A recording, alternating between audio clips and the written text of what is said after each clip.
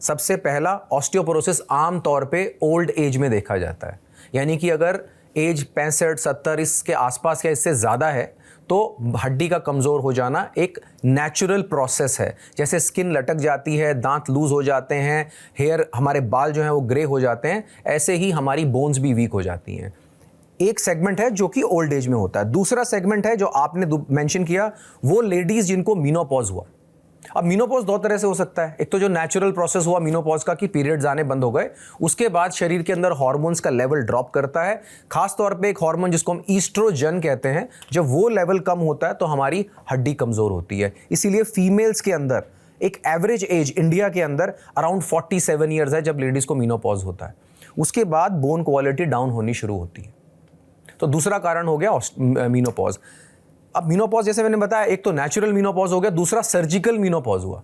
Surgical menopause होता है कि अगर कोई बीमारी की वजह से किसी लेडी का यूटरस निकालना पड़ा, जो बच्चेदानी होती है, अगर उसको निकालना पड़ जाए तो भी हमारे शरीर के अंदर कुछ समय में वो हार्मोन्स जो कम हो जाते हैं लेडीज़ की बॉडी में और हड्डी कमज़ोर हो जाती है। अगर किसी का हिस्टेरेक्टमी जिसको बोलते हैं मेडिकल भाषा में, बच्चेदानी निकालने का ऑपरेशन समझो 35 साल की उम्र में हो गया, तो समझो कि उनका मीनोपॉज 35 साल की उम्र में हो गया। तीसरी कैटेगरी है वो लोग जो कि कोई ऐसी दवाई खा रहे हों या किसी ऐसी बीमारी से ग्रसित हो जो कि हड्डियों को असर करती है। खासतौर पे हार्मोनल डिस्टर्बेंसेस जो होती हैं, जो कि कभी कभी बहुत यंग एज में शुरू हो जाती हैं, या और कई ऐसी बीमारियां होती हैं जो कि हमारे हड्डी को अफेक्ट करती हैं, या कोई ऐसी दवाइयां होती हैं जो कि हमें हमेशा ही खानी है। जैसे गठिया के जो मरीज होते हैं जिनको रूमेटॉइड आर्थराइटिस कहते हैं, काफ़ी पेशेंट्स को अपनी ज़िंदगी भर स्टीरॉयड्स खाने पड़ते हैं। अब हम सब जानते हैं स्टेरॉइड्स हमारे शरीर के अंदर हड्डियों को कमज़ोर करता है, हमारे जोड़ों को ख़राब करता है और हमारे ओवरऑल सिस्टम को भी डाउन करता है। तो अगर वो खा रहे हैं स्टेरॉइड्स तो उनकी हड्डी कमज़ोर होगी। तो ये 3 कारण है ऑस्टियोपोरोसिस होने के। और आपने बिल्कुल सही कहा, फीमेल्स का ऑस्टियोपोरोसिस मीनोपॉज के बाद और मेल्स का ऑस्टियोपोरोसिस आमतौर पर 65 साल के बाद। हम इसको एंड्रोपॉज बोलते हैं।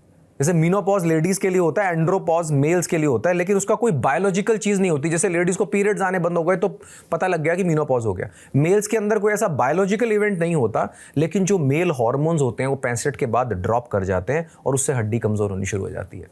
बिल्कुल, और आपने बहुत अच्छे तरीके से समझाया। और चूंकि आपने कहा कि कई बार लोग स्टेरॉइड्स का ज़्यादा इस्तेमाल करते हैं क्योंकि बहुत सारे डॉक्टर्स इसको प्रिस्क्राइब करते हैं, और हमें ये भूलना नहीं चाहिए कि जब कोविड का समय था तो किस तरीके से स्टेरॉइड की मदद से लोगों का इलाज किया गया। और इसीलिए मैं आपसे पूछना चाहूँगा कि एवीएन टर्म कोविड के बाद आया है, उसका क्या मतलब है, और जो हिप रिप्लेसमेंट की बात होती है उसकी ज़रूरत कब पड़ती है, और क्या हिप रिप्लेसमेंट 100% सक्सेसफुल है? 100 नहीं भी हो तो 95-98% सक्सेसफुल है क्या? क्योंकि आप इसके एक्सपर्ट हैं। Thank you for the question. बहुत ही अच्छा क्वेश्चन है ये, और मैं समझ रहा हूँ कि जो लोग इस प्रोग्राम को देख रहे हैं उनके लिए ये बहुत ही इंपॉर्टेंट है अंडरस्टैंड करना कि जिस फ्लो में हम जा रहे हैं तो समझ में आएगी बात, एकदम आउट ऑफ द कॉन्टेक्स्ट बात नहीं कर रहे हैं। एवीएन का जहाँ आपने नाम लिया, एवीएन का मतलब होता है ए वैस्कुलर नेक्रोसिस। ये एक शॉर्ट फॉर्म है, हम इसको 3 अक्षरों में लिख देते हैं एवीएन, और ये बहुत कॉमनली आज की डेट में लोगों को पता है। ए वैस्कुलर नेक्रोसिस पहले भी होता था, लेकिन कोविड के दौरान, स्पेशली जब दूसरी लहर आई थी, उस दौरान बहुत ज़्यादा सीरियस हो रहे थे पेशेंट, और स्टीरॉइड्स को वंडर ड्रग भी कहा जाता है। उस समय बहुत लोगों की जान इन्होंने बचाई। उस मैटर में हम नहीं जाएंगे कि स्टेरॉइड दिए जाने चाहिए थे, कितने दिए जाने चाहिए थे, इस बारे में बात करते हैं कि स्टेरॉइड दिए जाने की वजह से एवीएन या ए वैस्कुलर नेक्रोसिस नाम की एक बीमारी होती है, जो कि आम तौर पे कूल्हे के जोड़, जो कि एक बॉल एंड सॉकेट जॉइंट है, जैसा कि मैं आपको यहाँ दिखाता हूँ, ये एक normal ball and socket joint है, यानी कि ये हमारा कूल्हे का जोड़ है जो कि एक बॉल और एक कटोरी से बनता है। अब ये हमारे को नॉर्मल चलने में, वॉक करने में, क्रॉस लेग बैठने में, सीढ़ी चढ़ने उतरने में, हर मूवमेंट में मदद करता है। अगर ये मेरी बॉल के अंदर जो खून का दौरा है, जो कि हमारे बॉडी में नेचुरली एक ब्लड फ्लो होता है इस बॉल के अंदर, अगर वो बंद हो जाए, अगर वो खून का दौरा ब्लॉक हो जाए, तो हमारा कूल्हे का जॉइंट खराब हो जाता है। और कूल्हे का जॉइंट खराब होने के बाद कुछ ऐसा नज़र आता है, ये बॉल डैमेज हो गई और ये कटोरी भी डैमेज हो गई। जब ये ऐसा हो जाता है तो इसको, ये एवैस्कुलर नेक्रोसिस की वजह से हो सकता है। ऐसे में क्या होगा, चलने में दर्द होगा, चलने में लंगड़ापन होगा, आपको डेली एक्टिविटीज़ करने में, जैसे कि मैं बैठा हूँ और मुझे लग रहा है कि दरवाजे पे कोई आया है, तो मैं लगेगा कि एकदम जाके खोल दूं, पर जैसे ही आप मूवमेंट करने लगेंगे आपका हिप आपको रोक लेगा। तो दो बातें इस बारे में बता देता हूं आपको। एक तो ये कि कूल्हे का दर्द अक्सर लोग सोचते हैं कि कूल्हे को समझते हैं लोग, जो हमारे बटक्स होते हैं पीछे की तरफ, लोग सोचते हैं यहां मेरा कूल्हे का जोड़ है, तो वो कूल्हे का जोड़ नहीं है। कूल्हे के जोड़ का दर्द आगे की तरफ होता है, यानी कि फ्रंट पॉकेट की तरफ होता है, जहां हम जेब में हाथ डालते हैं आगे। अगर बैक साइड में दर्द है, यानी कि हमारी बैक पॉकेट की साइड पे दर्द है, तो कॉमनली वो कमर में नस दबने की वजह से होता है, जिसको आमतौर पे लोग साइटिका के नाम से या शियाटिका बोलते हैं लोग कॉमन शब्दों में। लेकिन अगर हिप जॉइंट का पेन है तो मेजॉरिटी पेशेंट्स में आगे की तरफ होता है, ग्रॉइन पेन होता है, फ्रंट पॉकेट में होता है। दूसरी बात, कूल्हा खराब होना सिर्फ ओल्ड एज की प्रॉब्लम नहीं है। हालांकि आपकी बात से बिल्कुल सहमत हूं कि कूल्हे की हड्डी टूटना एक ओल्ड एज का प्रॉब्लम है, और उसके लिए हिप रिप्लेसमेंट सर्जरी बहुत समय से हम करते आ रहे हैं। लेकिन आज की डेट में एवास्कुलर नेक्रोसिस बहुत यंगस्टर्स को भी अफेक्ट करती है, 20 साल, 22 साल, 25 साल, 30 साल। और कोविड के बाद ना कि इसका नंबर बढ़ गया, बल्कि इसकी अवेयरनेस भी बढ़ गई। जो एक एवीएन का पेशेंट पहले सोचता था भाई हिप रिप्लेसमेंट का ऑपरेशन तो एक ओल्ड एज में होता है, मैं आज कराऊंगा तो मेरा क्या होगा, मैं बहुत सारी चीजें नहीं कर पाऊंगा, तो बहुत सारे भ्रम है इस बात में। लेटेस्ट एडवांस टेक्निक से सही इम्प्लांट डाल के, उसको सही पोजीशन में डाल के जब हम पेशेंट की सर्जरी करते हैं, तो पेशेंट की 99% पेशेंट्स की लाइफ में कोई रेस्ट्रिक्शन ऑफ मूवमेंट नहीं रहता है। आमतौर पे लोग सोचते हैं कि मेरा कूल्हा चेंज होगा ना, मैं नीचे नहीं बैठ सकता, मेरा कूल्हा चेंज होगा तो मैं बाइक नहीं चला सकता, मैं साइकिल नहीं चला सकता, मेरी पर्सनल लाइफ, मेरी सेक्सुअल लाइफ अफेक्ट होगी, क्योंकि जैसे मैंने बताया यंगस्टर्स को भी होती है प्रॉब्लम।